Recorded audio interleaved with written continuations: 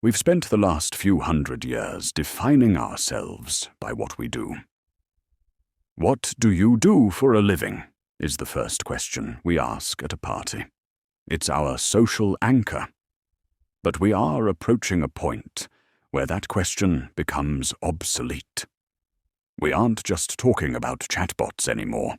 We're talking about the systematic replacement of human cognitive and physical labor. If a machine can diagnose a disease better than a doctor, write code faster than an engineer, and move crates better than a warehouse worker, the math stops adding up. There is no new job for the masses to pivot to. This isn't the Industrial Revolution. This is the exit of the human species from the economic loop.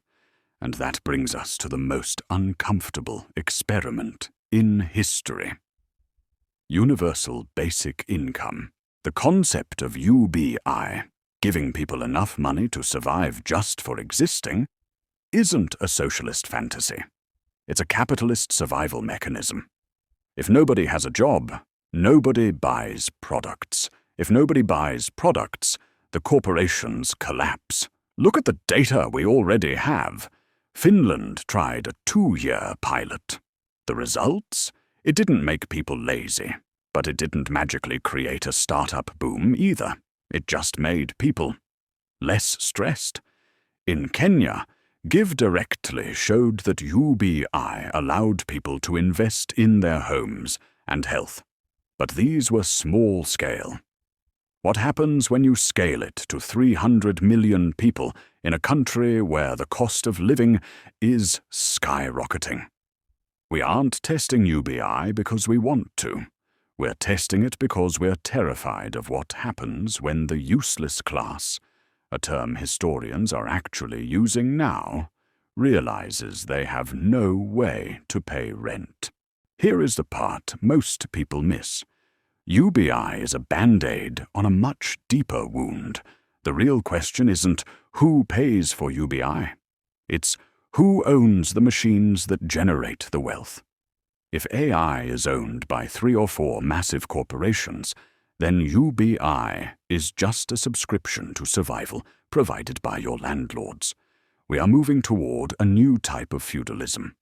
In the old world, the lord owned the land. In the 2030s, the lord owns the compute.